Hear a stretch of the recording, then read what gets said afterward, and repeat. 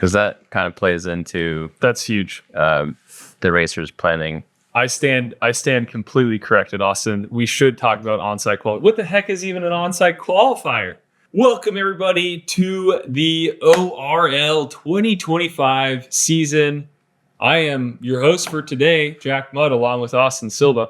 What's up, guys? And we're going to be breaking down a lot of new and exciting changes for the 2025 ORL season. I will say this, Onewheel Racing, the only constant in it is change. You know, it started years ago, probably 9-10 years ago, famously in a parking lot with a little shitty water feature, and it was us racing ourselves just for fun, see who is first. It's taken a ton of different forms and shapes since then. It expanded across the country. And this year, every year we get a little bit better, right? We introduced the points system last year, which I think was pretty effective, but I think we learned some things as well. So this year, some pretty big changes that we think is going to help usher Onewheel Racing into a beautiful next gen. So, Austin, you wanted to start with some of the problems, I guess, that we saw in the last iteration of Onewheel Racing. Maybe take me through what you were thinking about there. Well, I think the biggest problem in Onewheel Racing is the need to travel. It's really difficult. Not everyone in the country can travel all over, going to these events and accruing points to get in the race for the rail or be competitive in the series. And I think the big solution to that is to bring in some smaller events and be more inclusive and start to grow who event organizer wise participates in the point system. Totally. And that's consistent. We sent a survey out to everyone that competed in Onewheel Racing in the ORL last year.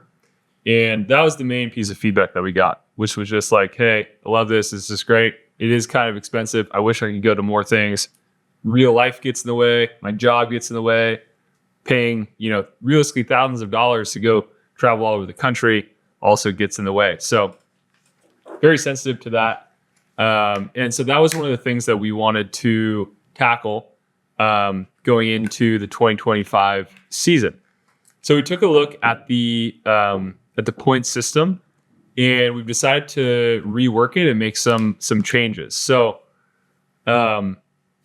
this year we'll have a new scoring system, a new point system. Last year, right, there were major events that were worth X, and there were minor events, and they were worth Y. And there were only 2 tiers. Now, I think that was a huge improvement over the scoring system that was like, one year was like whoever we thought was power ranked higher than someone else. Like, it was very arbitrary. Yeah. Right. So last year was a big step in points being not arbitrary on some level.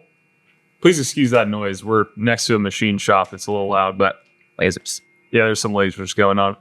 Anyways, last year was a big jump forward. But at the end of the day, having 2 tiers of events really doesn't paint the full picture of how challenging an event is, how competitive the field is. It doesn't quite give you an accurate representation of that event and how it is relative to all the other events. Would that be a fair categorization? Seems fair. Yeah. I mean, we needed something else to allow other events to come in at a smaller level. Sure.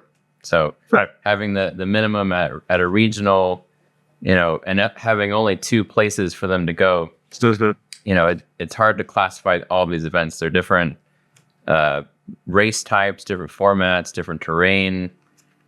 Some is side by side, some is enduro, and I think having 2 classifications doesn't really do that diversity justice.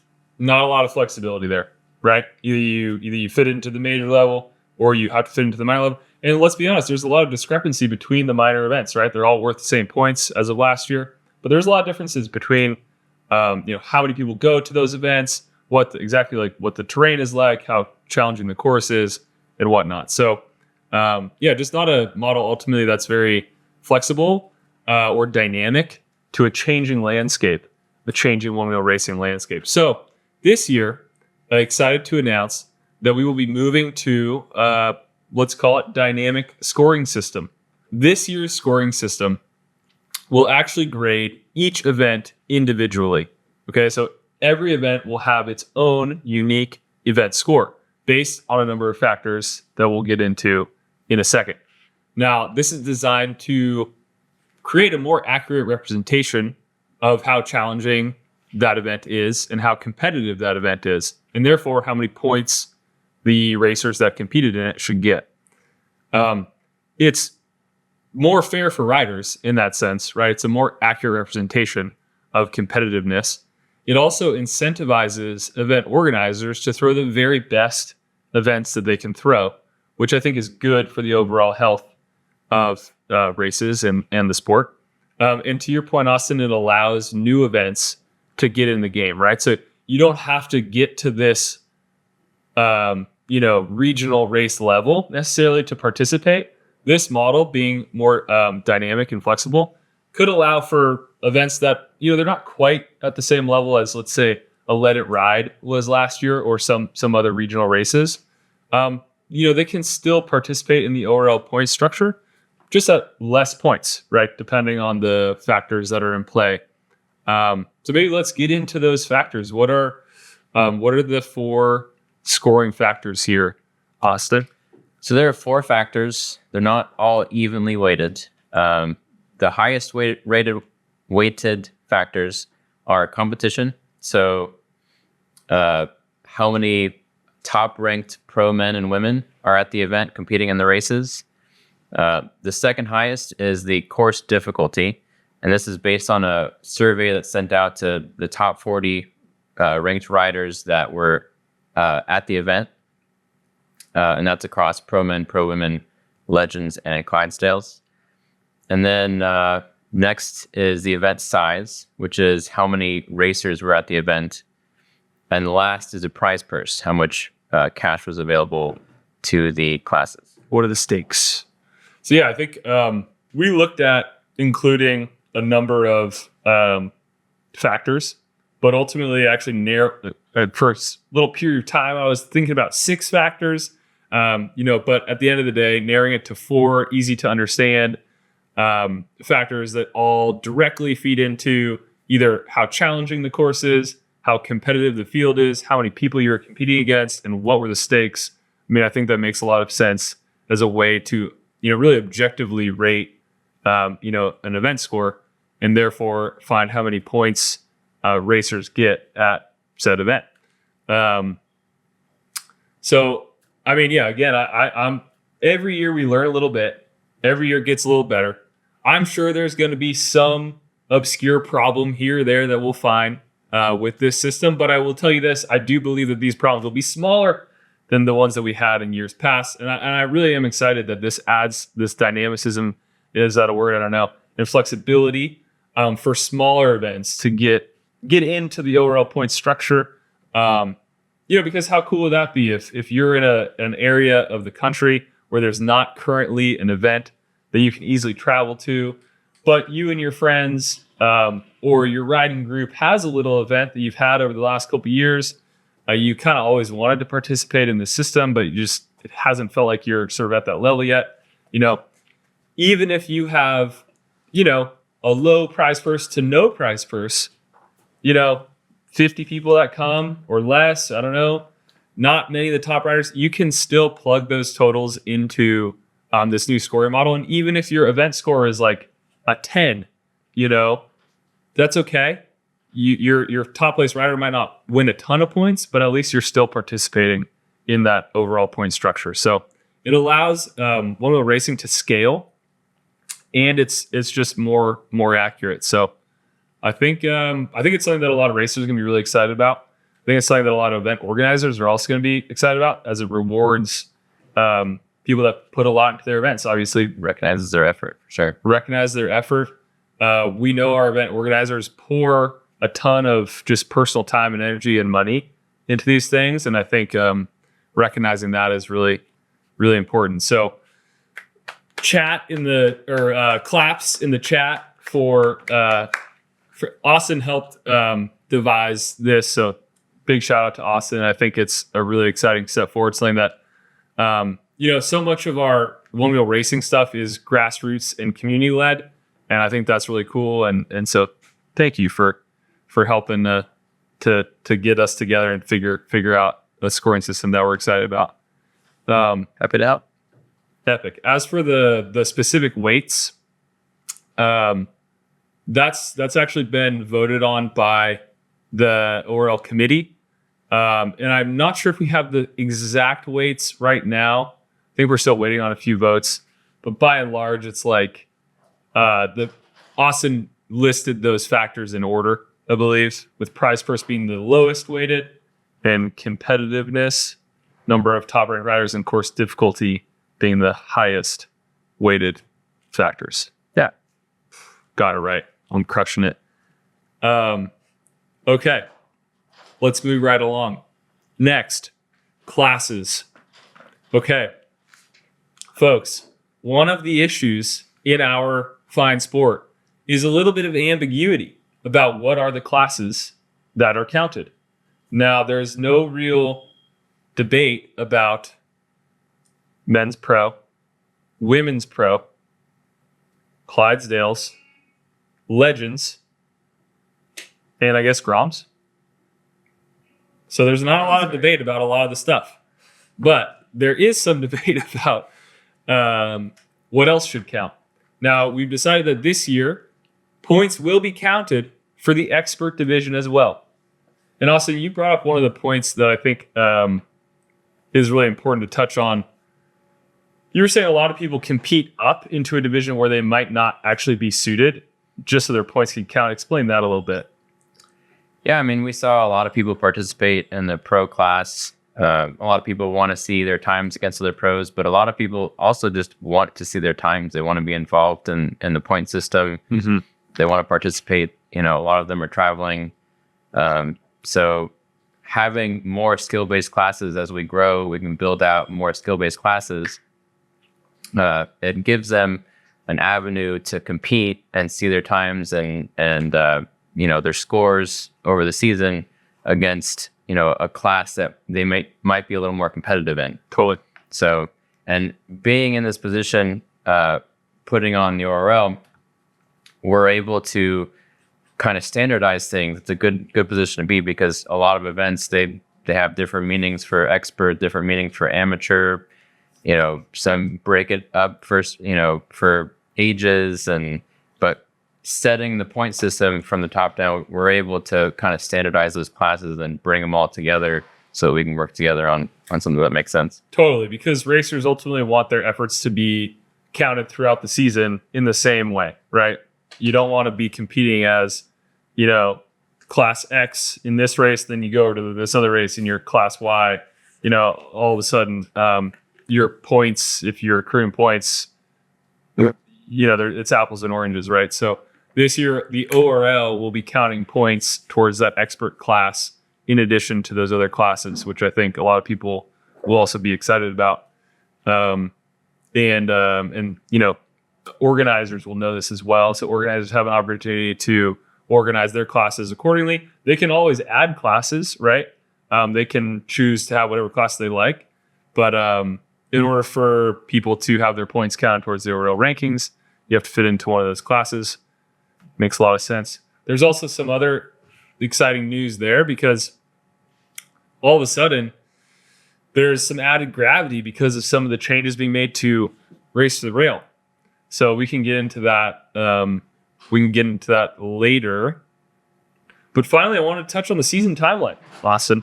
Some big changes being made to the season timeline. I'll break it down for you.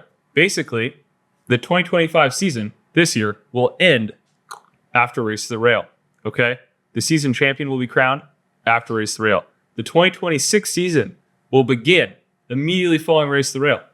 Currently, pending any other events that apply to be a part of ORL, Flow Fest will be the first race in the 2026 season, if that makes sense.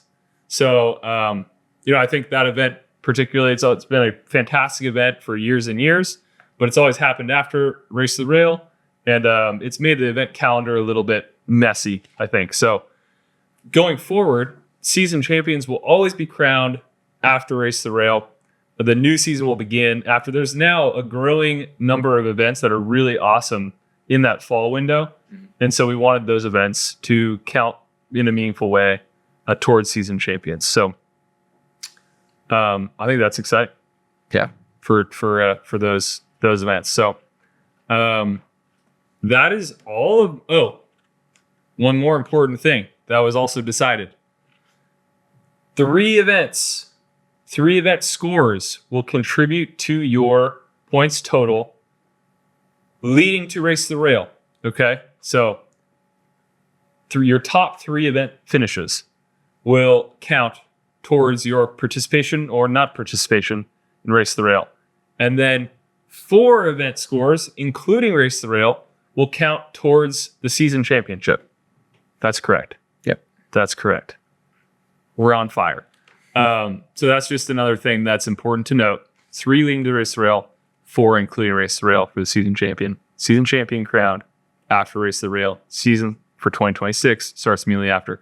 We will be opening up the event application window, basically effective almost immediately, probably this week, almost certainly this week, for events for 2025 and 2026. Every event that was an ORL event last year will also be an ORL event again this year. Okay, so we're accepting applications for new events that want to participate. New scoring system is very friendly towards new events getting in the mix. If you're interested, if you have an event that you think is awesome, and you want people to be able to come and get points and it contribute throughout the season, definitely apply. We will have a link in this video, probably in the description. If not, get a hold of. I don't actually know where to get a hold of us. We're around. Now we'll put a link in our description. Bo, do you have a question? We got 2 questions. First is, when will events and riders know the event score and their points? Somebody asked if that's something they find out at the end of the season. I doubt that's true. I'm guessing it's within a week or 2 after the event. The race will be scored and riders will be scored. Can you clarify that? Great question. Yeah, so there's actually, I don't know how deep I want to go into this, but there's actually one last thing that's being decided by the committee, and that's whether you will have a firm event score going into the season for each event, or it'll be a projected score based on what historical data or what we think the totals are going to be, and then there will be a correction after the events happen. So either way, riders will have a very good idea of how many points they're going to get going to each prospective event, and then an accurate points total after that event's happened. Really, and it's also critical, right, that riders get that information soon. So we have a 24-hour submission period for the event organizer to submit all of that stuff. Now, also, Austin is working on a model, and it's actually already done. So you could plug in all of the information for any event into the model and get a projection for exactly how many points that event's going to be. So since we know these events like Dirt Surfers, Seek and Tread, Flow Life Fest so well over years and years and years, we have a very accurate understanding of what those types of events are going to be. And we'll mock up historical data from previous race records. So I'll talk to the event organizers and we'll have basically historical event scores, what they would have gotten in previous years. So there'll be a timeline so you know what to expect. If we go with the historical model, you know what to expect going into the race. If we go with the live model, you'll know the exact points within like 48 hours of the event. Yeah. So obviously it's important for racers to know how many points they're going to be able to get at each event in order to make those decisions. And that'll all be available through the ORL website, which is going through a major period of renovation and overhaul. So that information will be available. Second question is, we're adding classes into ORL this year purely so that points can be culminated, right? There won't be any added classes into Race for the Rail itself. Great question, Bodie. Now, one of the other things that we heard a lot in the rider survey was just the deep-seated desire for Clydesdales and Legends and other classes to compete at Race to the Rail. And I'll be the first to tell you, Race to the Rail has traditionally been a very elitist competition, right? Only the best pro riders make it to Race to the Rail. And while I've loved that, there's a place for that. They don't let other teams come to the Super Bowl just because they're older or younger or, which way or what way. I am excited to announce that this year, Race to the Rail will be open to all of these classes. A major sea change. Because in part of the people out there, the passionate Clydesdales and Legends. So yes, Race the Rail will have the addition of new classes. Really, really exciting. Overall, Race the Rail is going to be much more participant focused this year, which I'm really excited about.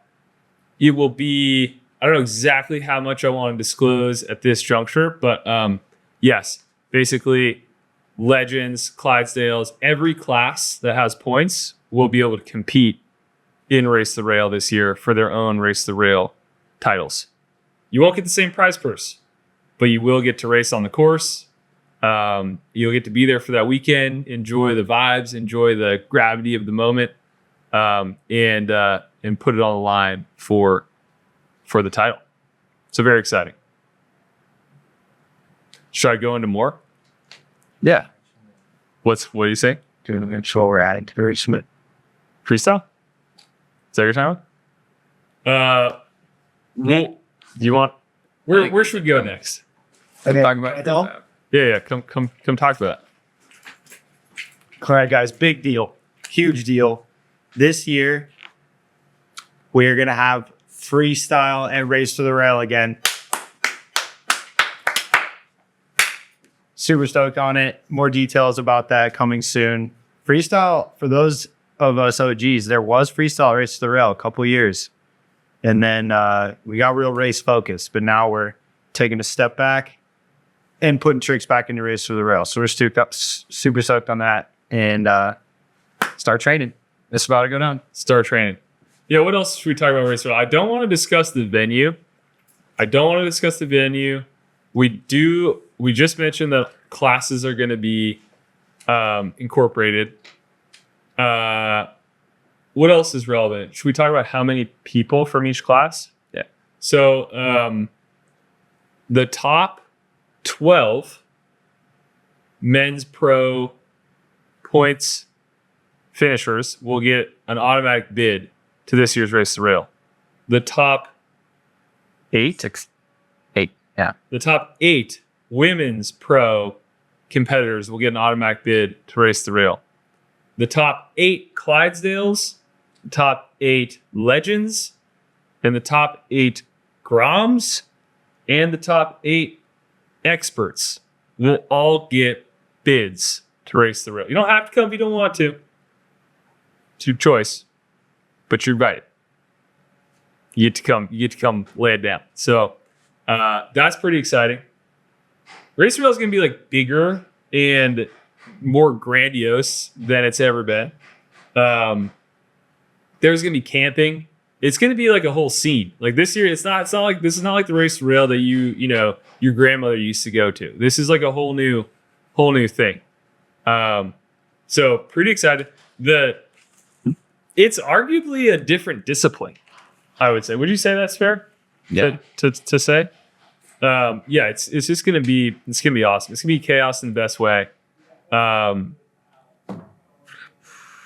I think we're gonna have to do a whole nother podcast about Race to the Rail or whatever this is, to be honest. Everything is being finalized right now. So stay tuned. But just know, 12 men's pro, 8 of every other division will get invites. I know everyone wants to know if footholds are a thing for Race to the Rail or not. I'm leaning no, because I always lean no. And if people want to bribe me personally, Jack Mudd, I'll send you my Venmo. But I'm a purist, and I love the style of riding one wheels with no thing holding your toes down, and like sue me. I don't know. Get good at it. Practice. It's hard, right? It's hard. It's hard to ride with nothing holding your feet down. Oh, that sucks. But if you're gonna win a bunch of money, sometimes you gotta do some hard shit. I respect people that feel differently, but look, that's just.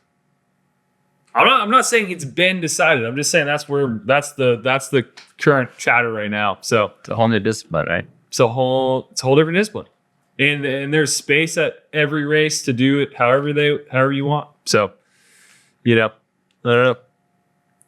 I think that's all I can say. I think past that we're saying too much. I think we should talk about on-site qualifiers, because that kind of plays into That's huge. the racers planning. I stand completely corrected, Austin. We should talk about on-site qualifier. What the heck is even an on-site qualifier? I thought Race to Rail, you got to get points and be invited, and then you get there, and then you race, and that's it.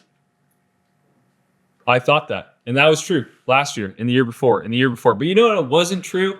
2019, when like 50 people showed up to North Star, and they got like maybe one practice lap, probably not in a lot of cases, and they just had to go send it. You came. You didn't make it, did you?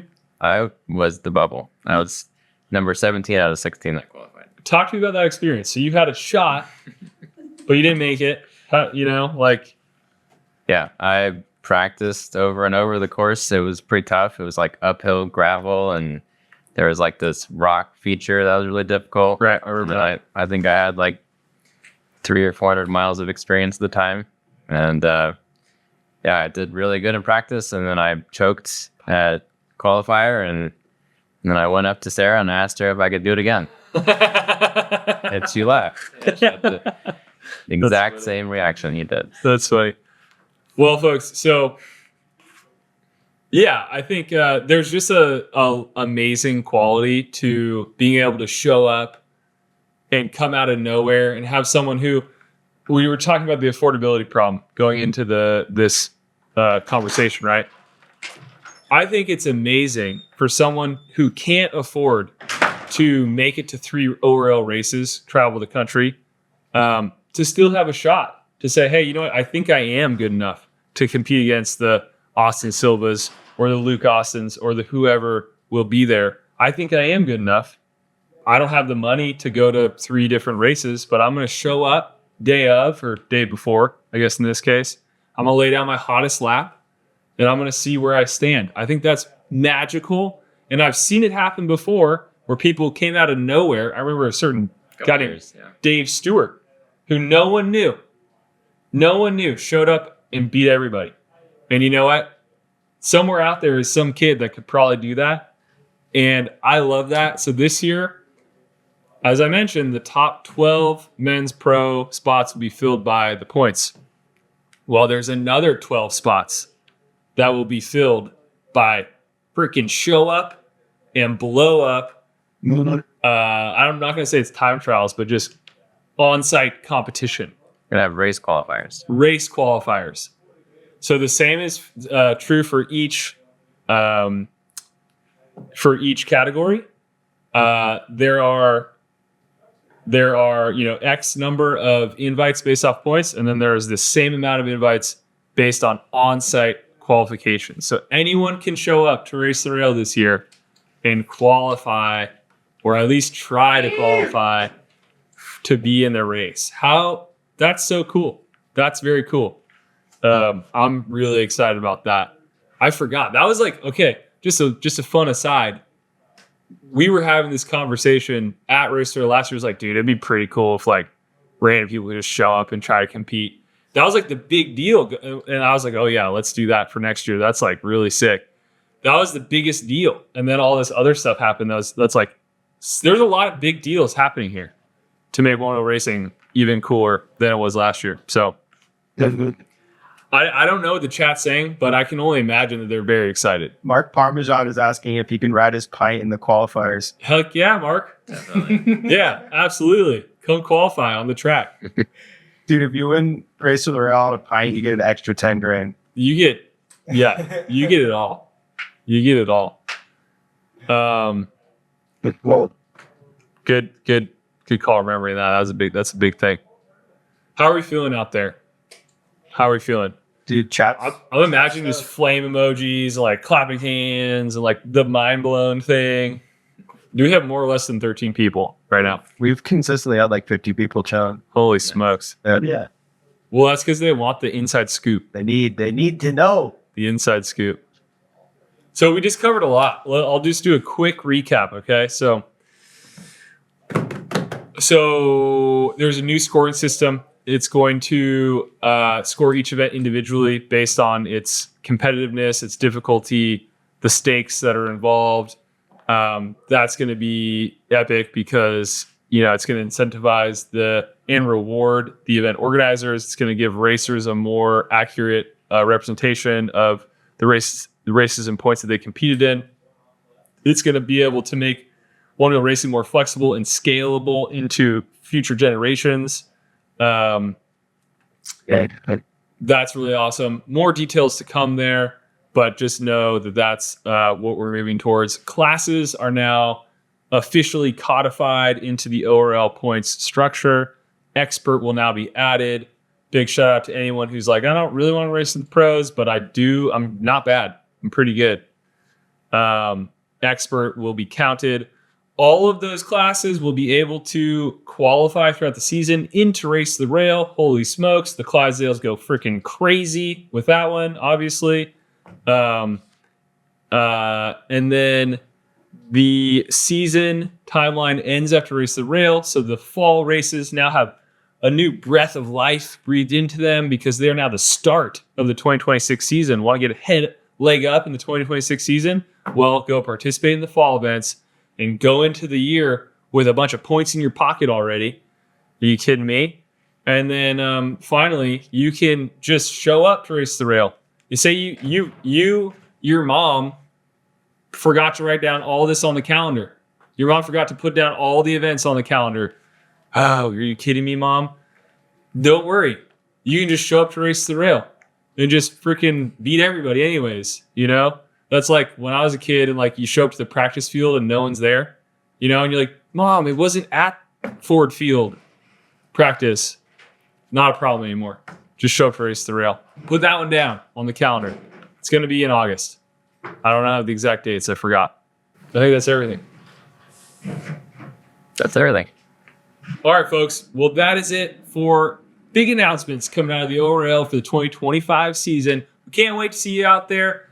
Remember to wear your helmet and ride as fast as you can safely. We'll see you. Peace.